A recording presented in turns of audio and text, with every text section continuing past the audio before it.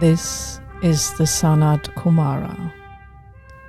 Welcome to the 21st lecture of this year at NAMAS University, Earth's spiritual digital university, the place and community that grows you into fully soul-guided and Shambhala-assisted human beings, able to create the life you're supposed to live and the future of Earth according to the divine plan, together with all other beings. I'm delighted to be back, helping you on your way forward with the big picture of the what, when, and how.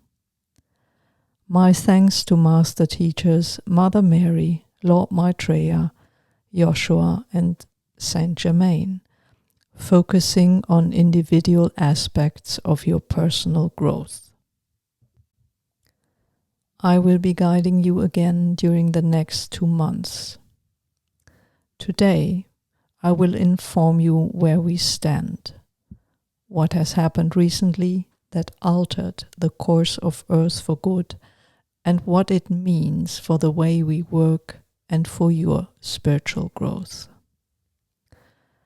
And I would also like to tell you about the progress we have made with walk-ins as co-teachers, voices for the master teachers and devas, as well as why some of you are still struggling to achieve direct soul contact and our guidance. Let's start with NAMAS University. Our lectures have been listened to more than 80,000 times by now in English, German, and Russian on podcast apps, Amazon Music, Audible, and YouTube. That is quite an achievement. Fortunately for all of us and NAMAS University, there are those who did their homework with my e-booklet, the SANAT KUMARA, or their German, Russian, and Hindi versions diligently. Those who did receive a message from us in their heart. With 3 of them, the master teachers under the leadership of Lord Maitreya are in the process of forming a triangle of dedicated voices and co-teachers.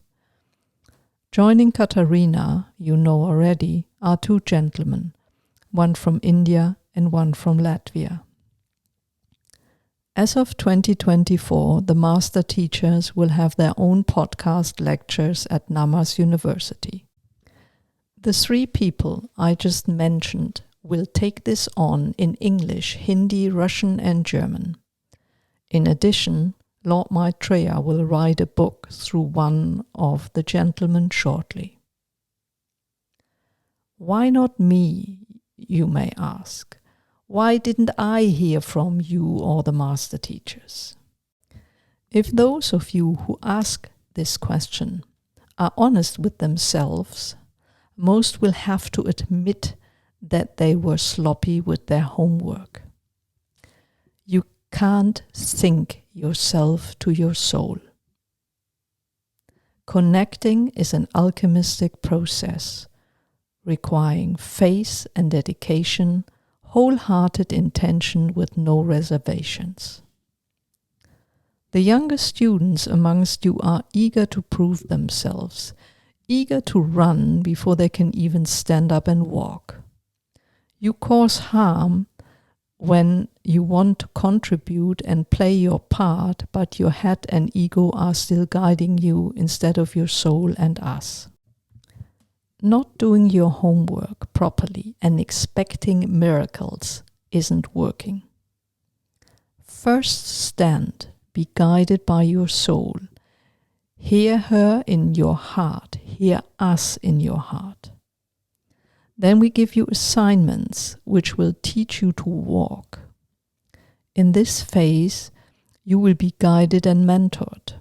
Only once this stage is completed successfully, you can take on bigger assignments. You can run, so to speak. The older amongst you, dear students, find it easier to hear what their heart is saying to them. But many struggle with giving up habits or ways to live that keep them hostage in long-established comfort zones. Thirdly, there is a group amongst you whose soul is waiting for the time that nature beings, nature spirits of the Deva kingdom will reappear. Your faith, commitment, and patience are tested. You are held back intentionally until a certain event takes place. During the last few weeks, one huge event took place that has changed the course of humanity on Earth.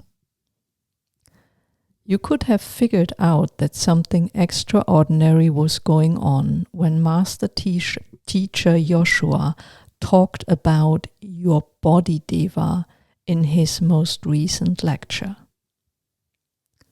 One in charge of guiding humans talks about Devas? Didn't that seem strange to you?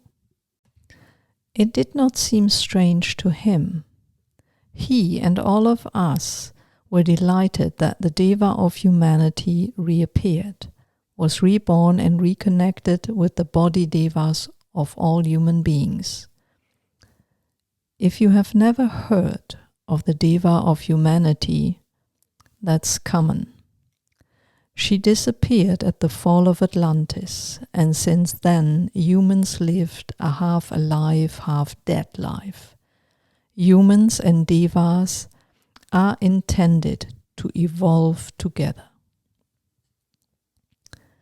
In early Atlantean culture, humans and Devas had worked in close conscious partnership, as the plan for Earth called for, as it is the case in the whole universe.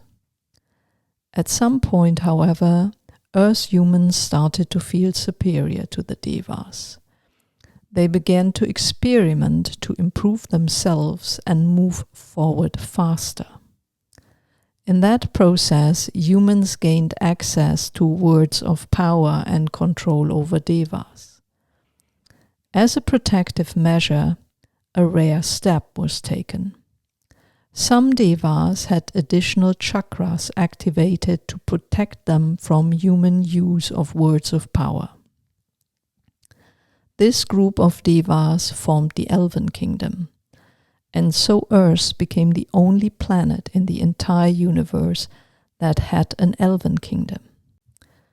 But that did not stop the humans from causing harm to the Devas, and eventually a majority of the Deva Kingdom rebelled and abandoned the human population. Devas are the designers, builders, and dismantlers of matter, of all that comes into existence after mental creation. In consequence of them breaking with humans on Earth, all infrastructure that the Devas had supported began to crumble, and eventually Atlantis fell. This was accelerated by the facts that humans had also cut the ties with the divine plan and other beings by cutting off from the cosmic communication system. However, not all Deva regions on Earth agreed with the radical approach to abandon the humans, and the Deva kingdom itself split apart as well. I will tell you details about the Deva kingdom as it is today and the reconciliation process that went on as of 2011 in my next lecture. Today, let's focus on the Deva of Humanity. A single man invested 10 years of his life to establish contact with the Deva of Humanity, who had disappeared completely, hiding, trusting no human anymore. His commitment and determination, as well as subsequent team efforts taken within the last few weeks, brought the Deva of Humanity back into life and her role of guiding humanity as the chief liaison being of the Deva world with humans. Why did this happen just weeks ago? Why now? This gentleman and these few people were able to gain her trust again, make her trust humans again. We in Shambhala can plan for many things, but we cannot plan when beings trust each other enough to cooperate. You know exactly what I'm talking about from your own life experience, don't you? During my podcast lecture 7 on the 24th of February, I mentioned that I had initiated to write and illustrate short stories about all sorts of portals, invisible doorways, ley, also called dragon and fairy lines, as well as special places on Earth. I also promised that this ebook would be available in autumn of 2023. Colleagues amongst the Devas, master teachers and offers allies applauded the opportunity to bring truth and healing to the human family and Earth in this manner, and they wanted to be part of it. Together, we entrusted the mission of writing and illustrating this ebook with little artistic license to 2 women we have been working with for many years, even decades, and into whom I have walked in. Beverly June Alexander and Dr. Martina Violetta Jung. Soon after all was agreed and planning had commenced, the Deva of Humanity reappeared. In consequence, we reconsidered the concept of the short story ebook. We decided to include beings that show themselves now and are of help to each member of the human family.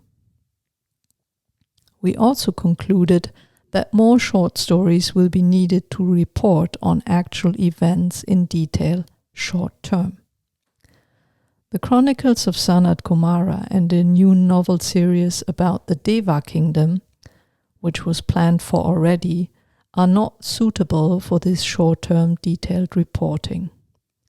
Subsequently, the one ebook with short stories about portals and ley lines I announced in February became a series. Fortunately for us, the 2 women committed to this as well, and we had them drop all other work except for crucial energy projects. You've heard many times that everything is connected. The Deva of Humanity is connected to the Deva and the human kingdom, as well as the cosmic communication system now. Changes in the human perception of reality will occur much faster and globally now. That makes us all have tears of joy in our eyes. This will expand your consciousness, your library of mind and intuition faster than ever. Beverly and Martina have written 15 stories for you now. Illustration and editing will be next, and you can expect this ebook in English at the end of June and in German in July. Why not as a paperback? Let me pound this nail again. Earth needs every tree for the climate, and you need their air to breathe. Planting new ones will not do. Cutting a tree is easy.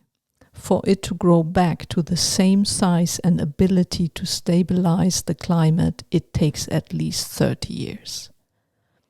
Not to speak of the damage industrial woodcutting does to the mycelium network of Earth. Learn to treasure the books you have. Give life to old furniture instead of buying new ones made from wood. You have to get out of your comfort zone now. There will come a time when a new invention will replace paper and we can create something similar to what you are used to and cherish now. But for the time until then, please learn to grow with ebooks and treasure them as well.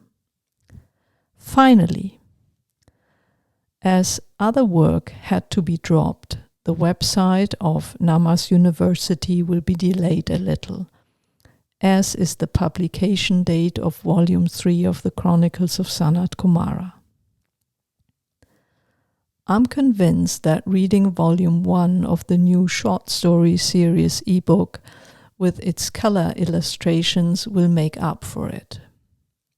More information about the title in the next lecture, when I will be talking about the Deva kingdom and how it relates to what many of you call the angelic kingdom. That's all for today. Until next week, feel my love and my blessings. This was the SANAT KUMARA.